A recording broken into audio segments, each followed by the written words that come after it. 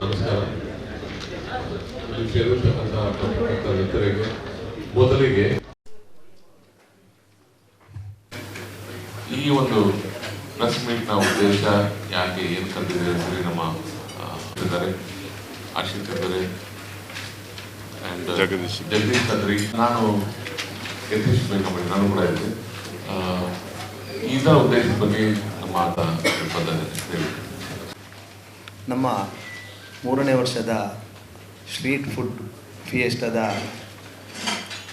ಈ ಕಾರ್ಯಕ್ರಮದ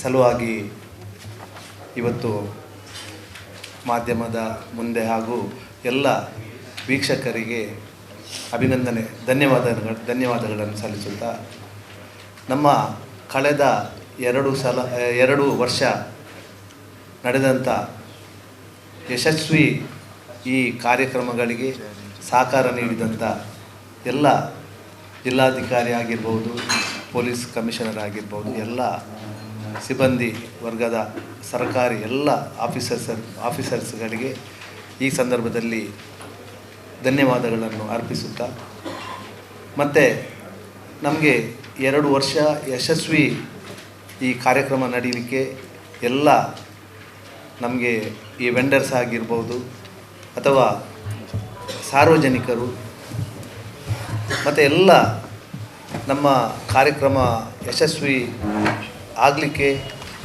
ಮಂಗಳೂರಿನ ಹಾಗೂ ಹೊರಗಿನ ಎಲ್ಲ ಬಂಧುಗಳಿಗೆ ಧನ್ಯವಾದಗಳನ್ನು ಅರ್ಪಿಸುತ್ತಾ, ನಮ್ಮ ಈ ಕಾರ್ಯಕ್ರಮ ಯಶಸ್ವಿ ಆಗಬೇಕಾದ್ರೆ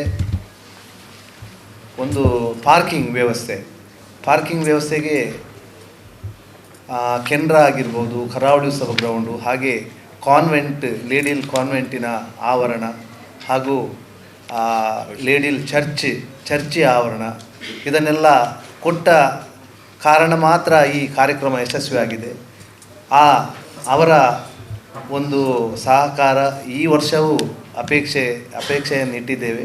ಅವರ ಸಹಕಾರ ಕೊಟ್ಟದ್ದಕ್ಕೆ ಅವರಿಗೂ ಈ ಸಂದರ್ಭದಲ್ಲಿ ಧನ್ಯವಾದಗಳನ್ನು ಕೊಡುತ್ತಾ, ಮತ್ತು ಈ ಸಲದ ಜನವರಿ 15ರ ಕಾರ್ಯಕ್ರಮವನ್ನು ಸ್ವಲ್ಪ ನಮ್ಮ ಮಾನ್ಯ ಮುಖ್ಯಮಂತ್ರಿಗಳು ಮಂಗಳೂರಿಗೆ ಬರುವುದರಿಂದ ನಮ್ಮ 15ರ ಕಾರ್ಯಕ್ರಮವನ್ನು 18ರಿಂದ 22ಕ್ಕೆ ಮುಂದೂಡಿದ್ದೇವೆ. ಅದಕ್ಕೆ ಆಗುವ ಎಲ್ಲ ವೆಂಡರ್ಸಿಗೆ ಹಾಗೆ ಅದಕ್ಕೆ ಸಹಕಾರ ನೀಡುವ ಎಲ್ಲರಿಗೂ ತೊಂದರೆಗಳಾಗಿರ್ಬೋದು, ಅದನ್ನು ನೀವೆಲ್ಲ ಅದನ್ನು ಒಂದು ನಮಗೆಲ್ಲ ಸಹಕಾರ ನೀಡಬೇಕಂತ ಹೇಳಿ ಈ ಸಂದರ್ಭದಲ್ಲಿ ವಿನಂತಿಸುತ್ತೇನೆ. ಹಾಗೆ ನಳಿನ್ ಕುಮಾರ್ ಕಟೀಲ್ ಹಾಗೂ ವೇದವ್ಯಾಸ್ ಕಾಮತ್ ನಮ್ಮ ಶಾಸಕರು, ಹಾಗೆ ನಮ್ಮ ಬ್ರಿಜೇಶ್ ಚೌಟ ಅವರ ಸಹಕಾರದಿಂದ, ಎಲ್ಲರ ಸಹಕಾರದೊಂದಿಗೆ ಹಾಗೂ ಜಿಲ್ಲಾಡಳಿತ ಹಾಗೂ ಎಲ್ಲರ ಸಹಕಾರ, ನಮ್ಮ ಕುಡ್ಲ ಸಾಂಸ್ಕೃತಿಕ ಪ್ರತಿಷ್ಠಾನದ ಎಲ್ಲ ಕಾರ್ಯಕರ್ತರ ಸಹಕಾರದಿಂದ ಈ ನಡೆಯುವ ಈ ಕಾರ್ಯಕ್ರಮಕ್ಕೆ ಕಳೆದ 2 ಸಲ ಹೇಗೆ ನಮಗೆ ಸಹಕಾರ ನೀಡಿದ್ದೀರಿ ಅದೇ ರೀತಿ ಎಲ್ಲರ ಹತ್ರ ಸಹಕಾರವನ್ನು ಯಾಚಿಸುತ್ತಿದ್ದೇನೆ. ಹಾಗೆ ಕಳೆದ 2 ವರ್ಷದಲ್ಲಿ ಯಾವ ರೀತಿಯಲ್ಲಿ ಯಶಸ್ವಿಯಾಗಿದೆ, ಅದರಲ್ಲಿ ಏನು ನ್ಯೂನ್ಯತೆಗಳಿವೆ, ಜನರ ಫೀಡ್ಬ್ಯಾಕನ್ನು ಮತ್ತು ಆಫೀಷಿಯಲ್ಸ್ ಇವರ ಫೀಡ್ಬ್ಯಾಕನ್ನು ತಗೊಂಡು ನಾವು ತುಂಬ ಸುಧಾರಣೆಯನ್ನು ತಂದಿದ್ದೇವೆ.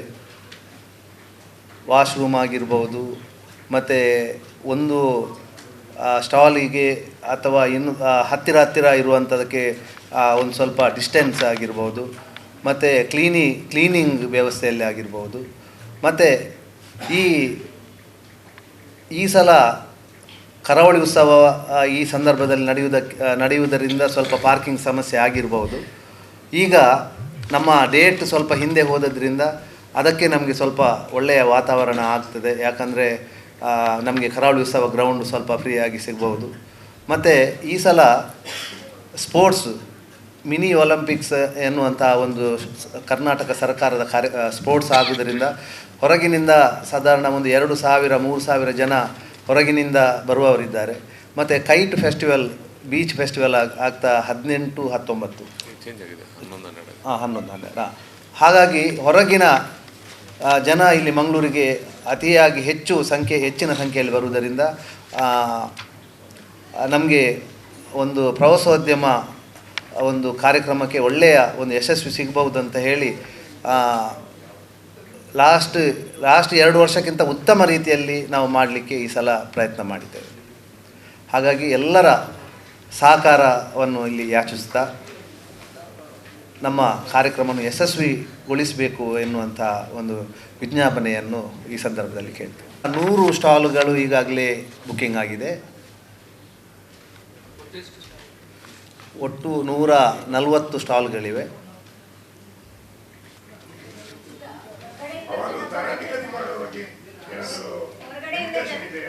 ಸರಿ,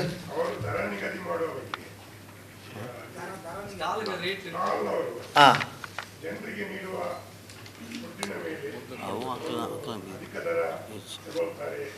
ಅದು ನಾವು ಆಲ್ರೆಡಿ ಅವ್ರ ಹತ್ರ ಮೀಟಿಂಗ್ ಮಾಡಿ ಅವರದ್ದು ರೇಟ್ ಲಿಸ್ಟನ್ನು ಕೇಳಿದ್ದೇವೆ. ಅದೇ ರೀತಿಯಲ್ಲಿ ಅವರು ದರ ನಿಗದಿ ಮಾಡ್ತಾರೆ.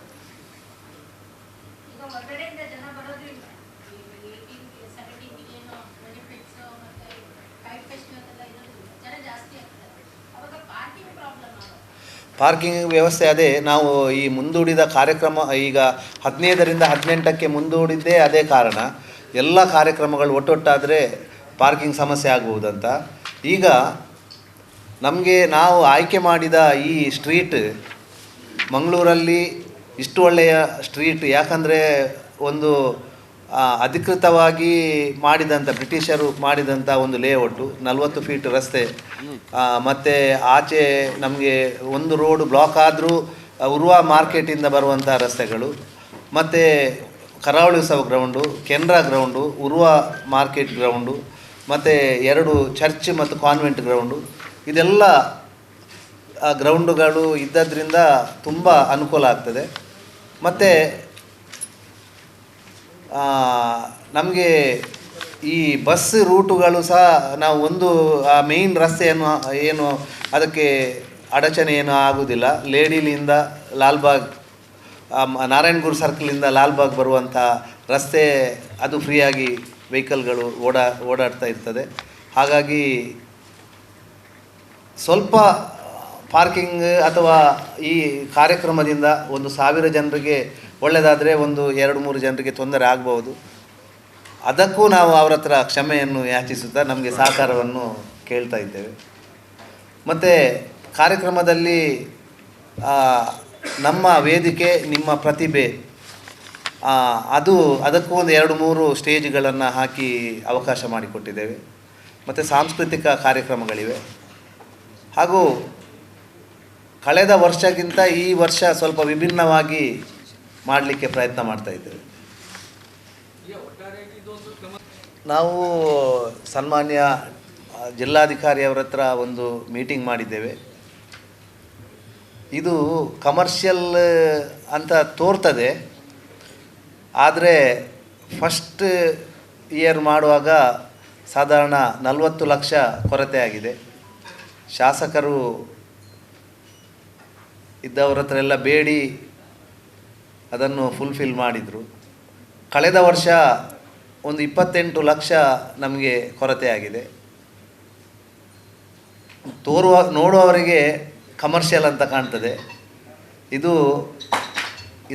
ನಮ್ಮ ಸಂಸ್ಥೆ ಯಾವುದೇ ಒಂದು ಅಪೇಕ್ಷೆ ಇಲ್ಲದೆ ಸೇವೆಯನ್ನು ಮಾಡ್ತಾ ಇದೆ.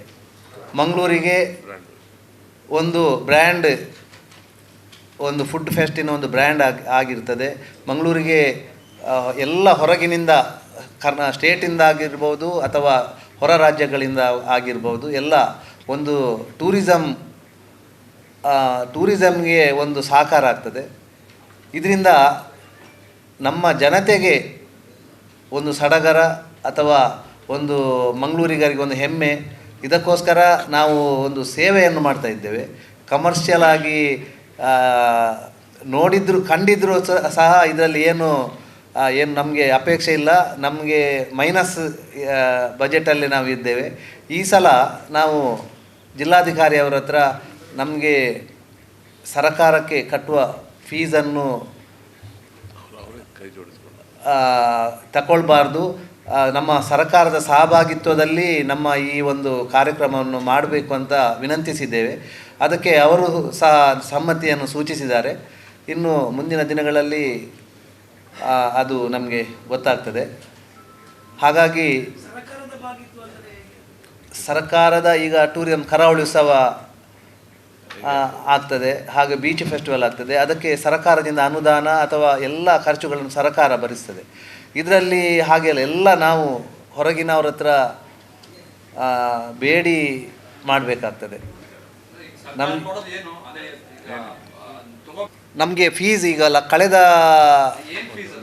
ನಮಗೆ ಅಂದರೆ ಬಂದೋಬಸ್ತಿಗೆ, ಟ್ರಾಫಿಕ್ ಪೊಲೀಸ್ ಇಲಾಖೆಗೆ ಹಾಗೆಲ್ಲ ಕಳೆದ ವರ್ಷ 12,40,000 ನಾವು ಕಟ್ಟಿದ್ದೇವೆ. ಒಟ್ಟು ಒಂದು ಅಂದಾಜು 20 ಲಕ್ಷ ತನಕ ನಾವು ಸರ್ಕಾರಕ್ಕೆ ಬೇರೆ ಬೇರೆ ಇಲಾಖೆಗಳಿಗೆ ನಾವು ಅದನ್ನು ಕಟ್ಟಿದ್ದೇವೆ.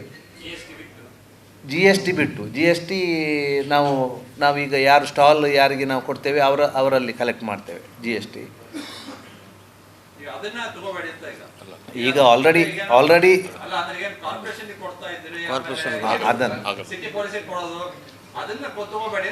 ಅಲ್ಲ ಹಿಂದಿನ 2 ವರ್ಷ ಇತ್ತಲ್ಲ, ಅದು ಕುಡ್ಲಾ ಸಾಂಸ್ಕೃತಿಕ ಪ್ರತಿಷ್ಠಾನದ್ದು ಒಂದು ಇನಿಷಿಯೇಟಿವ್. ಅಂದರೆ ಆಗ ಸರ್ಕಾರದ ಸಹಭಾಗಿತ್ವ ಇರಲಿಲ್ಲ. ಬಟ್ ಆಗ ಕೂಡ ನಾವು ಈಗ ಏನು ಮಾಡಿದರೂ ಕೂಡ ನಾವು ಎಲ್ಲ ಒಟ್ಟಿಗೆ ಮಾಡಿದರೆ ಅದು ಸ್ಮೂತಾಗಿ ಆಗುತ್ತೆ. ಮಾಡೋದು ಯಾಕೆ, ಮಂಗಳೂರು ಬ್ರ್ಯಾಂಡ್ ಹೊರಗಿನ ಜನರಿಗೆ ಬಿಲ್ಡಪ್ ಆಗಬೇಕು ಅಂತ.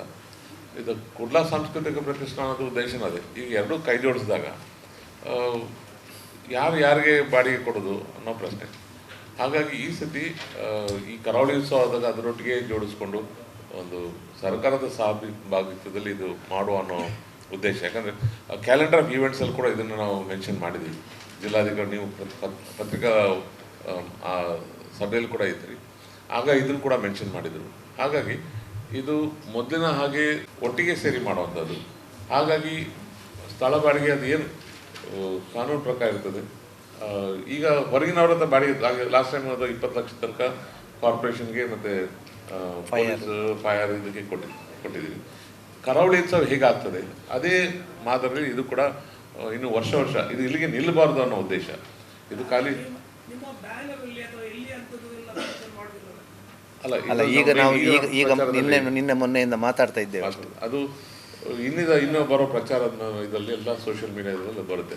ಕರ್ನಾಟಕ ಟೂರಿಸಂ ಇಲ್ಲದೆ ಸರ್ಕಾರದ ಲೋಗೋ ಟೋಟಲ್ ಒಂದು 20 ಲಕ್ಷ ತನಕ. ಅದು ಜಾಸ್ತಿ ಹಣ ಈ ಪೊಲೀಸ್ ಬಂದೋಬಸ್ತಿಗೆ ಅಂತ ಅವ್ರನ್ನ ಪರ್ ಕಾನ್ಸ್ಟೇಬಲ್ ಇಷ್ಟೇ ಒಂದು ರೇಟ್ ಇದೆ. ಅದು ಪ್ರೈವೇಟ್ ಈಗ ನೀವು ಮಿಸ್ ವರ್ಲ್ಡ್ ಬ್ಯಾಂಗ್ಳೂರ್ ಮಾಡಿದಾಗ ಕೂಡ ರೂಲ್ ಅಪ್ಲೈ ಆಗುತ್ತೆ. ಅಧಿಕೃತವಾದ ಚಲನ್ ಕಟ್ಟಿದ ಇಲ್ಲ, ನಿನ್ನೆ ನಾವು ಮಾತಾಡಿದ್ದೇವೆ, ಅವರು ಸಮ್ಮತಿ ಸೂಚಿಸಿದ್ದಾರೆ. ಇನ್ನು ಆಗ್ಬೇಕಷ್ಟೇ ಮಾತಾಡ್ತೇವೆ. ಯಾಕಂದ್ರೆ ಇದು ಕಾರ್ಯಕ್ರಮ ಇಲ್ಲಿಗೆ ನಿಲ್ಬಾರ್ದು. ನೆಕ್ಸ್ಟ್ ಇಯರ್ ಕೂಡ ಈಗ ಸಾಕಾಗಿ ಕೊನೆಗೆ ಎಷ್ಟು ಹೊರಗಿನಿಂದ ಬೇಡೋದು ಯಾವುದು. ಹೌದೌದು, ಸರ್ಕಾರ ಸಹ ಇದು ಕೈಟ್ ಫೆಸ್ಟಿವಲ್ ಆಗುತ್ತೆ. ಈಗ ಏನಾಗ್ತದೆ, ನಾವು ಯಾವುದೇ ಪ್ರೋಗ್ರಾಮನ್ನು ಸಾರ್ವಜನಿಕರೊಟ್ಟಿಗೆ ನಾವು ಸೇರ್ಕೊಂಡು ಮಾಡಿದಾಗ ಬೇರೆ ಬೇರೆ ವಿಭಾಗದಲ್ಲಿ ಮತ್ತು ಸರ್ಕಾರ ಅದಕ್ಕೊಂದು ಅದರ ಒಂದು ಏನು ಕೃಪಕಟಾಕ್ಷ ಇದ್ದರೆ ಭಾಳಷ್ಟು ಕಾರ್ಯಕ್ರಮಗಳು ಆಗುತ್ತೆ. ಈ ಖಾಲಿ ಜಿಲ್ಲಾಡಳಿತನೇ ಎಲ್ಲ ಮಾಡಬೇಕಂದ್ರೆ ಅವ್ರ ಕೆಲಸಗಳು ನಿಂತು ಹೋಗ್ತದೆ.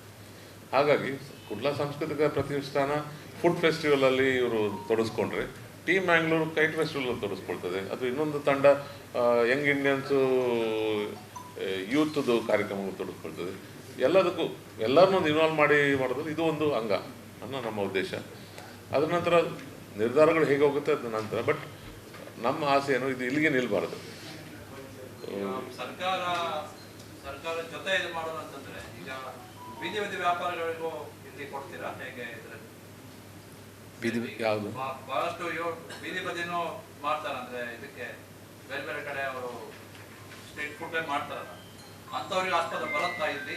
ಇಲ್ಲ ಅಲ್ಲ, ಅವ್ರ ಹತ್ರ ಅಧಿಕೃತವಾದ ಬೇಕಾಗಿರೋ ಮಾನ್ಯತೆ ಇದ್ರೆ ಸ್ಟಾಲ್ ತಗೋಬಹುದು, ಅದಕ್ಕೇನು ರೆಸ್ಟ್ರಿಕ್ಷನ್ ಇಲ್ಲ. ಬಟ್ ಸ್ಟಾಲ್ ತಗೊಳ್ಳೋರಿಗೆ ಇದೆಲ್ಲ ಅವರು ಅವರಲ್ಲಿ ಆ ಪರ್ಮಿಷನ್ಗಳು ಇರಬೇಕು.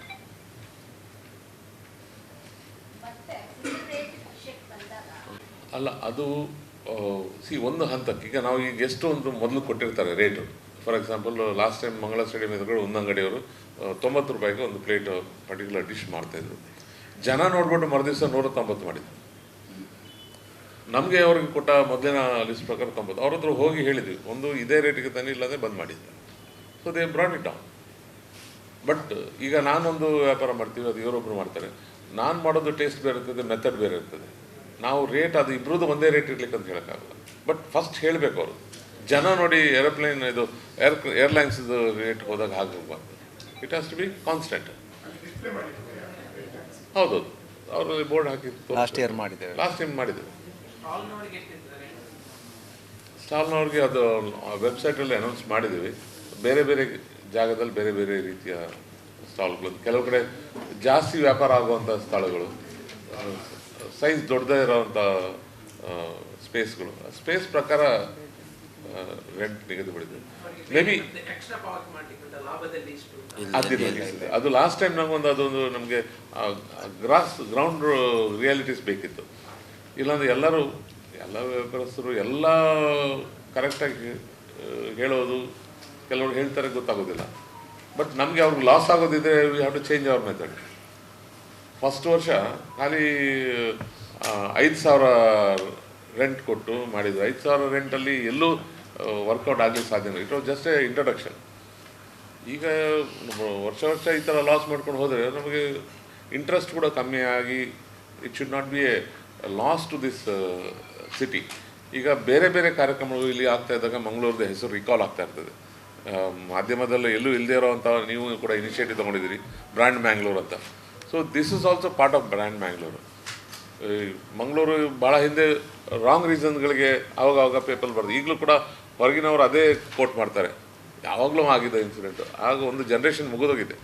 ಬಟ್ ಮಂಗಳೂರು ಈಗ ಇಸ್ ಟೋಟ್ಲಿ ಡಿಫ್ರೆಂಟ್ ಅಲ್ವಾ. ಅದು that will be the success of the programme. Common ಕನ್ವೆನ್ಸ್ ಯಾಕೆ ಬಂದ್ ಮಾಡಬೇಕು? Common man should be given. ಹೌದು.